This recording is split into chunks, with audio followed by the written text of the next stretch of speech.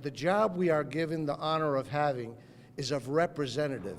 And when we cede 90% of our power to a single individual, in both houses I'm talking about right now, we are not really representatives. When we can't bring a bill overwhelmingly supported by both sides of the aisle, or even one side of the aisle that has 76 votes, to get a bill to the floor for discussion, debate, and a vote. One person holds the rein. One person has the power.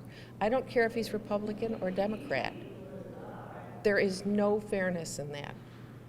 And I don't want to see it continue to happen. We are at a pivotal point in Albany. Change is in the air.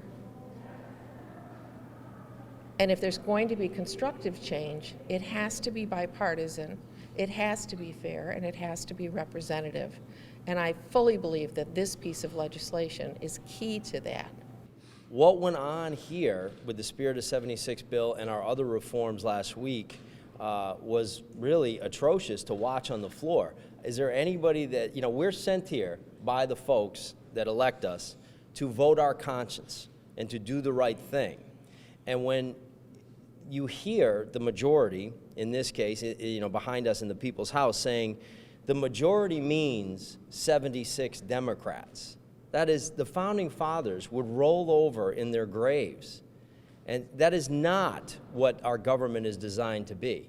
It's the People's House back there. It is the majority of representatives in there that are supposed to pass legislation. You can have a conversation with any one of our colleagues, regardless of party, on key issues that matter to families and homes and communities.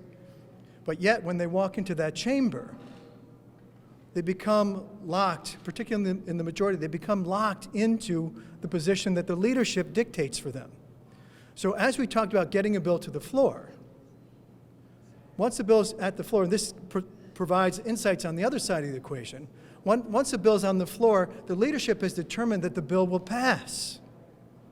So many of my colleagues who may not really be interested in supporting a bill are coerced into supporting a bill. So as we're trying to get a bill to the floor, there are others who are chained to their seats having to vote for a bill. And if they don't, excessive pressure is applied to them to vote for it. The New York State Assembly is the equivalent of the House of Representatives in Washington. In Washington, you need 218 members to vote yes on a bill to pass a bill. If you have 218 signatories to a bill in Washington, you can do something that's known as a discharge petition. That means you can force that bill to the floor. As Jimmy says, force it to the floor, not guarantee that it's going to pass. And you get a debate, a discussion, and an up or down vote. This is the time for reform, and this bill represents many of the pieces of legislation that our conference is bringing to bring the reform that the people have requested. If not now, then when?